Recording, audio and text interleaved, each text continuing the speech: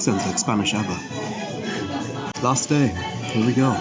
Actually, not even a day, just like 2 hours ride to Cordoba. But first, we're going to go and visit an archaeological site in this town, which is why I'm here. Well, that and this hotel. And now I'm just having my usual breakfast of toast and tomato puree and jamon on top, and an espresso and cafe solo. Sets you up for the day. It's good stuff. Anyway, let's hit the road.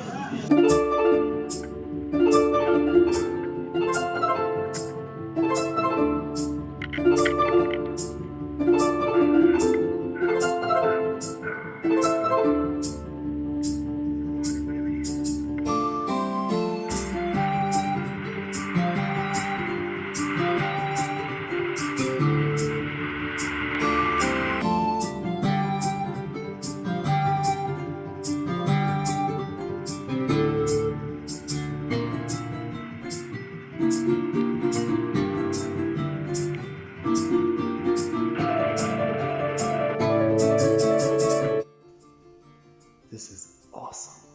I was not expecting this at all. There's a visitor center and a little exhibition in French, English, Spanish and Portuguese. It's so cool. I had read up on this site quite a bit before I came here, and I was excited to come here, but yeah, I haven't seen all these pictures, and there's a model, and oh wow, look at this. I am seriously impressed.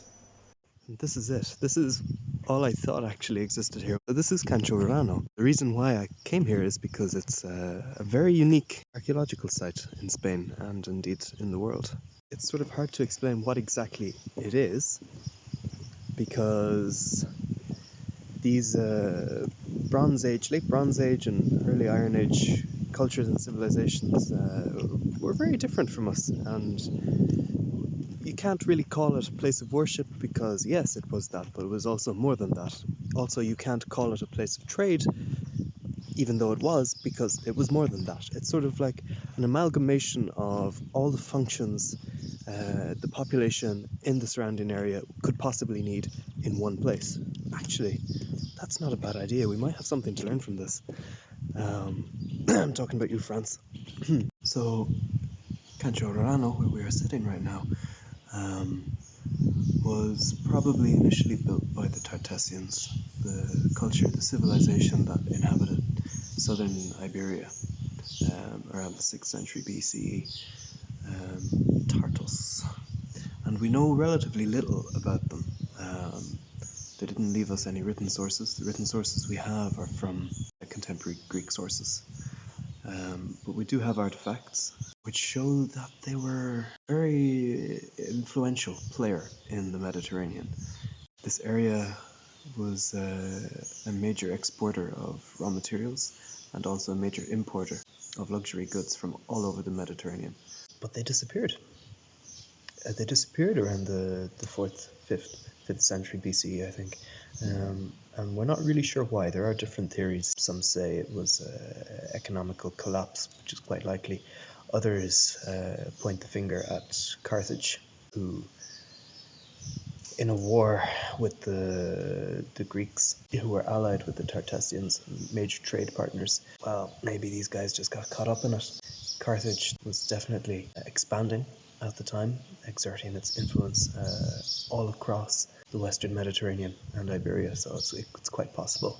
The civilization collapsed and the culture sort of disintegrated, became new, and later inhabitants of this area are obviously the descendants of the Tartessians. We call them the Turdetanians.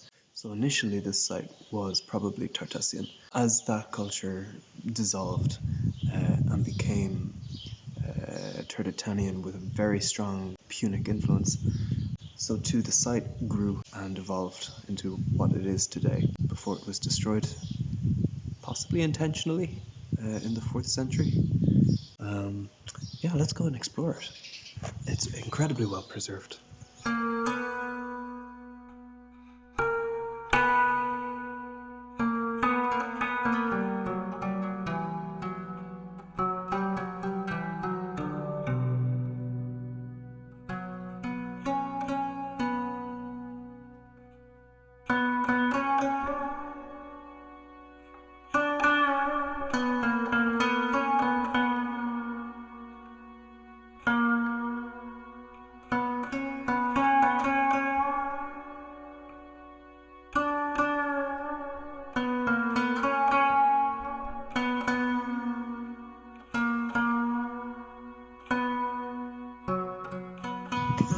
course, the great allure of places like this is the fact that we know so little about it and the people who inhabited it.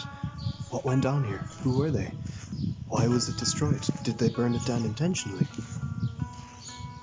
Maybe the Carthaginians came and burnt it down. I know my friend Roano would probably, yeah. And I have to say, coupled with the visitor centre and what they've actually done with this archaeological site, putting in boardwalks and even little informatics, wow, I am so impressed. Anyway, that was Cancho Roano. Highly recommended, very enjoyable. Super work with the visitor centre and the preservation and the presentation. Amazing stuff. Highly recommended. It is sort of in the middle of nowhere, so it's unlikely that one would just be passing through, but you never know. Definitely recommend. You probably wouldn't spend more than an hour here if you have an hour to spare. Oh, there's a GS here. Hello. Another bike. Anyway, time to hit the road. Let's get to Cordoba. Ooh. Cancho Roano. Why do I sound Italian? Cancho Roano. Nice GS. I have a lot of thoughts about it. I won't record them all because I've spent ages recording them. I probably won't put them in a video, but I will write a piece about it on the website if you are interested in my thoughts and opinions on it, because after all, I am an expert in these things. Oh, look at me. No, I'm not. I just, yeah, I'll put what I think about it down. For whoever's interested, on my website on ordinaryworld.com, do check it out if you're having your coffee or doing whatever. I would very much appreciate that. For now though, last little bit of writing. I'm gonna sit back and enjoy the road. Yeah, it's definitely been an interesting trip.